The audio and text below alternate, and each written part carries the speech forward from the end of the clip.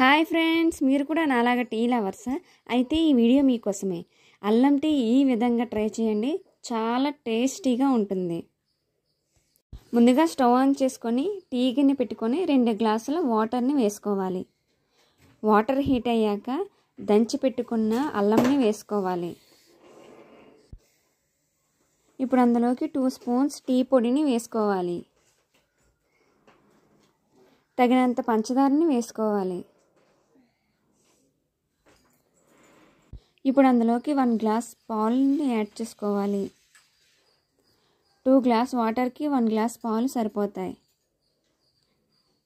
చూడండి, టీ అనేది ఈ విధంగా వచ్చే వరకు మరిగించుకోవాలి. అంతే అండి, అల్లం టీ రెడీ. టీ లవర్స్ ఎవరైనా ఉంటే please like, share and subscribe.